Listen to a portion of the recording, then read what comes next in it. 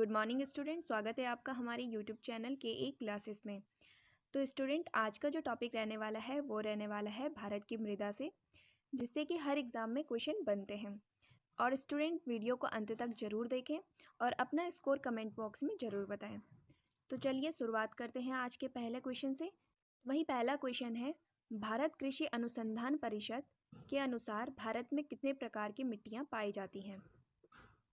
तो भारतीय कृषि अनुसंधान परिषद के अनुसार जो भारत में मिट्टियों का प्रकार है वो है 8 प्रकार की मिट्टियां भारत में पाई जाती हैं। तो हमारा राइट आंसर हो जाएगा ऑप्शन सी। क्वेश्चन पे चलते हैं। अगला क्वेश्चन पूछा जा रहा है, दक्कन के पठार की काली मिट्टी में निम्नलिखित में से किस खनिज की कमी है।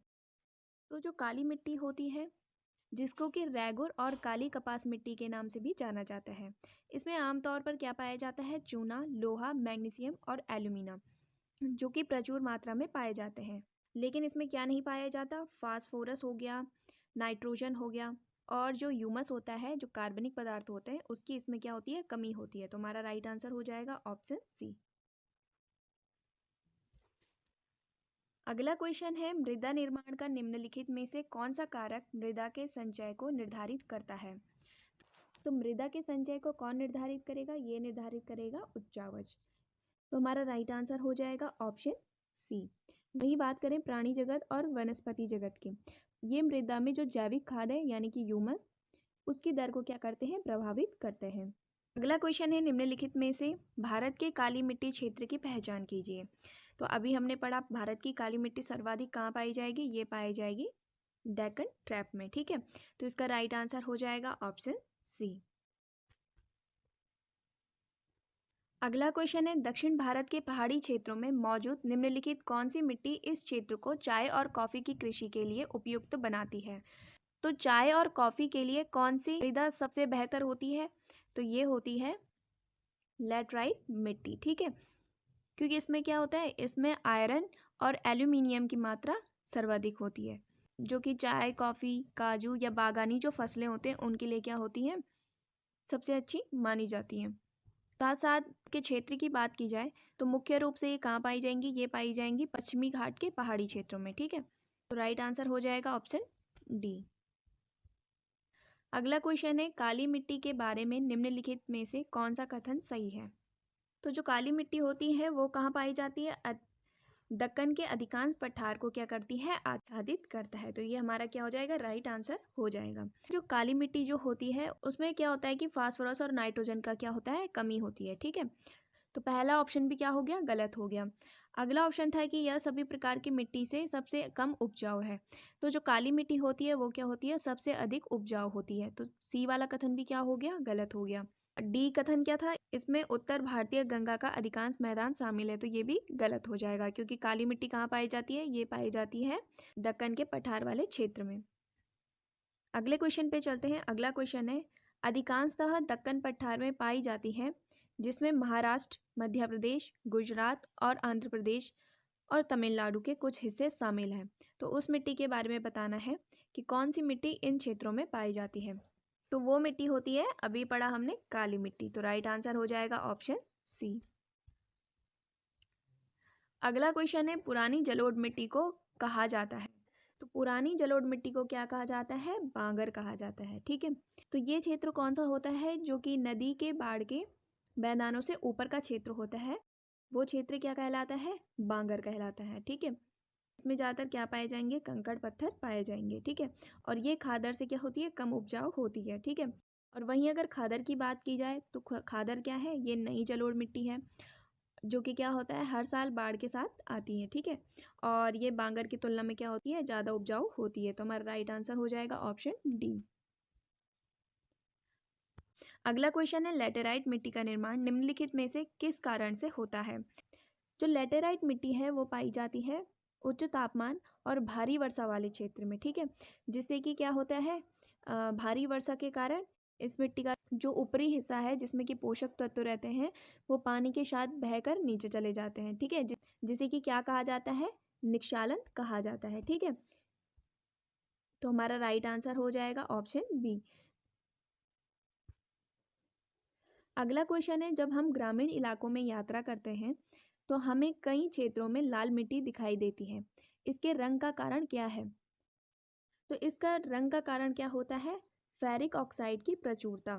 ठीक है, तो राइट आंसर हो जाएगा हमारा ऑप्शन ए। अगले क्वेश्चन की बात करें, अगला क्वेश्चन है, निम्नलिखित में से किस प्रक्रिया में पोषक तत्व या संदूषक जल द्वारा प्रभावित हो जाते हैं या मिट्टी की निचली परत में चले जाते हैं? तो अभी हमने पढ़ा था कि इस प्रक्रिया को क्या कहेंगे? इस प्रक्रिया को कहा जाता है निक्षालन।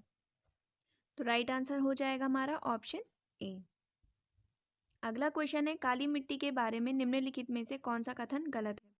तो पहला ऑप्शन है, यह दक्कन जाल के साथ पाया जाता है। तो ये ऑप्शन बिल्कुल सही हो जाएगा, क्योंकि मुख्य रूप से कहाँ पाई जाती है ये मिट्टी पाई जाती है दक्कन के पठार वाले क्षेत्र में। ठीक है, अगला है, इसमें नमी धारण करने की अच्छी क्षमता होती है।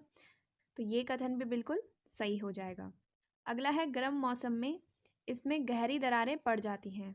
तो ये कथन भी क्या हो जाएगा? बिल्कुल सही हो जाएगा। और अगला है, इसमें फास्फोरस की मात्रा अधिक होती है। तो ये ऑप्शन क्या हो जाएगा? गलत हो जाएगा। काली मिट्टी में जो सर्वाधिक पाई जाती है वो पाया जाता है चूना, लोहा, मैग्नीशियम और एल्यूमिना। ठीक है, इसके साथ साथ जो फास्फोरस हो गया, नाइट्रोजन हो गया और ह्यूमस हो गया, इसकी क्या होती है? इसमें कमी होती है। ठीक है, तो हमारा राइट आंसर हो जाएगा ऑप्शन डी। अगला क्वेश्चन है, लैटेराइट मिट्टी किस क्षेत्र में विकसित होती है? तो अभी हमने पढ़ा था कि जो लैटेराइट मिट्टी है वो होती है उच्च तापमान और भारी वर्षा वाले क्षेत्र में। तो हमारा राइट आंसर हो जाएगा ऑप्शन डी। अगला क्वेश्चन है, महाराष्ट्र में पाई जाने वाली काली कपासी मिट्टी का दूसरा नाम क्या है? तो काली मिट्टी का जो दूसरा नाम है वो है रैगुर। ठीक है, को दूसरा नाम किससे जाना जाता है? रैगुर मिट्टी के नाम से जाना जाता है, जो कि कपास की खेती के लिए, यहाँ पे लिखा है ना काली कपासी मिट्टी, तो ये कपास की खेती के लिए क्या है? बहुत उत्तम मानी जाती है। ठीक है, तो राइट आंसर हो जाएगा ऑप्शन सी।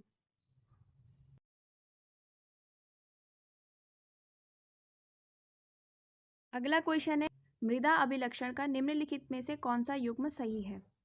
पहला है, बलुई सूक्ष्म कणों का अनुपात अपेक्षाकृत अधिक होता है। मृणमय स्थूल कणों का अनुपात अधिक होता है। तो इनमें से बताना है कि कौन सा युग्म क्या होगा? सही होगा। तो यहाँ पे जो पहला कथन है, बलुई सूक्ष्म कणों का अनुपात अपेक्षाकृत अधिक होता है, तो ये कथन क्या हो जाएगा? गलत हो जाएगा। बलुई मिट्टी में क्या होता है? बड़े कणों का अनुपात क्या होता है? अधिक होता है। ठीक है, अगला है, मृणमय स्थूल कणों का अनुपात अधिक होता है। तो ये कथन भी क्या हो जाएगा? गलत हो जाएगा। जो मृणमय मिट्टी होती है उसमें क्या होता है? सूक्ष्म कणों का अनुपात क्या होता है? अपेक्षाकृत अधिक होता है, जिससे कि क्या होता है कि इन कणों के बीच स्थान कम होगा और इससे क्या होगा कि वो मिट्टी क्या होगी? अधिक पानी को अच्छी तरह रोक सकती है। ठीक है, तो हमारा क्या हो जाएगा राइट आंसर? ये हो जाएगा ना तो एक और ना ही दो, हमारा राइट आंसर हो जाएगा ऑप्शन बी। अगला क्वेश्चन है, पेडोलॉजी के लिए किस अन्य शब्द का उपयोग किया जाता है? तो इसको कहा जाता है मृदा भूगोल या मृदा विज्ञान। ठीक है, राइट आंसर हो जाएगा ऑप्शन डी। अगला क्वेश्चन है, उर्वरक के संदर्भ में निम्नलिखित में से कौन सा कथन सही नहीं है? तो ऑप्शन पहला है, इन्हें खेतों में तैयार किया जा सकता है। बिल्कुल सही हो जाएगा। अगला है, ये मृदा को ह्यूमस प्रदान नहीं करते। तो ये बिल्कुल गलत हो जाएगा, क्योंकि उर्वरक तो क्या होते हैं? एक कार्बनिक पदार्थ होते हैं जो कि क्या करते हैं? मृदा को क्या करते हैं? ह्यूमस प्रदान करते हैं। तो ये ऑप्शन हमारा क्या हो जाएगा? राइट हो जाएगा। ठीक है, अगला क्वेश्चन है, भारत के पूर्वी तट पर सबसे अधिक किस प्रकार की मिट्टी पाई जाती है? तो भारत के पूर्वी तट पर कौन सी सबसे अधिक मिट्टी पाई जाती है? ये पाई जाती है जलोढ़ मिट्टी। ठीक है, जो कि किससे बनती है? जो नदियों द्वारा बहाए गए जो कण होते हैं या गाद होता है, बालू होता है, उनसे ये मिट्टी क्या होती है? निर्मित होती है। ठीक है, और पूर्वी तट के कुछ कुछ क्षेत्रों में क्या भी पाई जाती है? लैटेराइट मृदा भी पाई जाती है। तो राइट आंसर हो जाएगा ऑप्शन बी। अगला क्वेश्चन है, मृदा विज्ञान के क्षेत्र में ह्यूमस को क्या माना जाता है? तो मृदा विज्ञान के क्षेत्र में ह्यूमस को माना जाता है मृदा में क्षयमान कार्बनिक पदार्थ। ठीक है, जो ह्यूमस होते हैं वो किससे बने होते हैं?